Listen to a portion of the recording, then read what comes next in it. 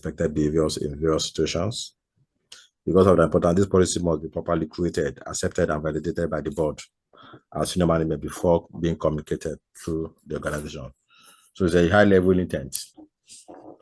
So it's part of the cybersecurity governance practice. And the policy must be approved by the board, must also be communicated to the entire staff. Information security policy. So that's where you start your governance from. So if you know the objectives, strategy of your company, from the strategy you come up with the information security policy. So these are the annual cycle, the policy life cycle. Policy need to be created, need to be reviewed on a regular basis, updated and approved. So most organizations, this is done on an annual basis. But whenever there is a major changes in the organization, you don't need to wait till the end of the year. Let's presume that you merge with another company, so you need to update the policy based on the new merger, or if there's a business change, maybe you decide to change the model of your business, you need to update. So policy needs to be created on an annual basis. So the compliance document types, so policy communicate required and prohibit activities and behaviors. For example, password policy, clear desk policy, the way you and all of that. So when I'm talking of standard, you need standard to interpret policy in specific situations. And when you're talking of procedure details on how to comply with policies and standard, like the standard operating procedure, how you can comply. So when you're talking of guidance provides guidance on issues such as what to do in a particular circumstances. These are not required to be met, but are strongly recommended. So guidance are the form of like kind of a guide, some best practice, but it's not a must that you must follow that guideline. So we have a various framework in cybersecurity. So one of the framework that you need to get familiar with is the COVID-5, or in short, we call it COVID. You need to, for you to get, so you go to isaka.org, and then maybe as time goes on, we advise you that you join a cybersecurity professional body like ISACA.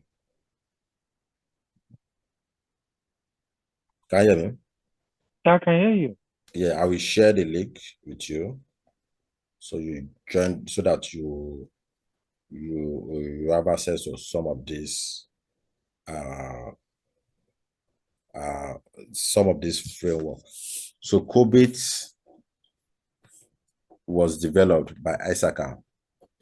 ISACA started in 1979, I guess. I think 79 or 78. Is it 1979 or so can I ask a question? So what would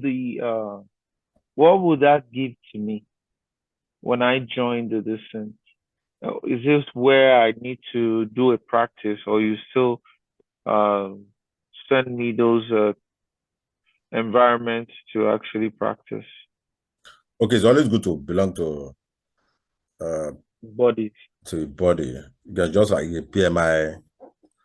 Correct. If you're a project manager, no matter how good you are, if you don't belong to a body, people might not believe in you, right? And also, you enjoy networking. I have a PMP certification. What is it? I have a PMP certification. I know you have so for the information security body, ISACA is one of them, right? I think when did they start? When I think 19. Yeah, sorry, it was formed in 1969. It has been for a while. You get what I'm saying? So ISACA means Information System and Audit Control Association. So that was a name, but later they drop that long name. They just call it ISACA because the scope goes beyond system audit and control. It addresses every aspect of technology. You get what I'm saying? So Absolutely. you also gain access to some of this framework belong to a body, and also and they do yearly activities, and I think is more than 200 countries, and I think the head office is in Chicago, Illinois, right? So it's always good to be involved in those kind of stuff. It will help you to network, also gain access to some documentations without buying. COVID framework is not free for ASACA non-member, but if you're an ASACA member, you can get access to it for free. So let's talk about the COVID. Maybe we just will explain COVID-5. So now the latest one is COVID 2019. So let me just explain COVID. Maybe I will now add it up today. So the COVID discuss about different aspects of cybersecurity, asset management, rules of behavior, acquisition, development, maintenance, vendor management, communication and operation, compliance, risk management, business continuity strategy, disaster recovery. So what I will do as part of this, I will share you the latest COVID framework to be like a kind of additional resources. I will send it to you before next class so that you can get used to it. Apart from COVID, we have a various framework that can be used. I think I've mentioned about NIST. We have various organizations like CISA. CISA means Critical Infrastructure Security Association. So CISA is very big in US and all of that. So we have ISO 27001, but we So talk. which country uses ISACA? ISACA is a professional body. One of Okay, what about CISA? framework that they come upon is COVID-5. You know what I'm saying? There are most of the major. So CISA 2 is US-based stuff. Most of these things emanate from US.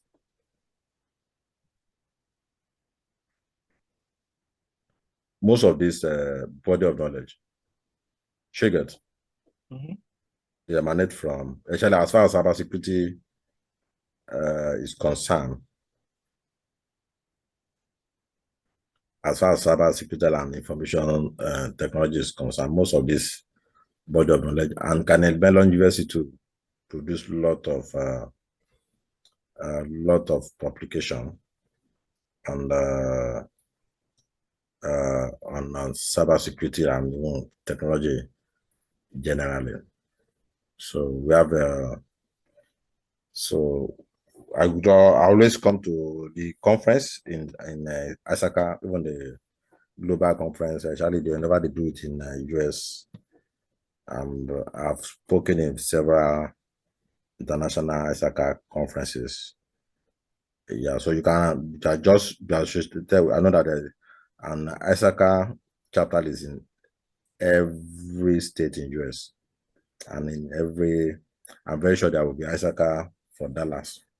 So you can just be involved so that you can also leverage on the local network. So they have they have the largest. I'm not advocating for them, but I think there seems to be more organized because they've been in existence for years, since 1969. Is the oldest cybersecurity organization. That's ISACA. Yeah, Isaka. So there's a lot of framework research that are ongoing, and they are the one that they also do certification, like CISA certification, like Season Certified Information Security Manager. So I would recommend that I do the Season, and quite a number of certifications. So I'm one of the examiner for CISM, CDPSC. Yeah, for now. So it's a very, so I will share the publication. Mr. Zachariah, Yeah, I want to get a job in this field by November. by November. That's why I'm advising you, join your local chapter and you know what I'm saying. So they will prepare you for the we do a prep. For So the I think we interview. can call it for day. So if you have a question, you can ask your question before the 10 time out now. Yeah.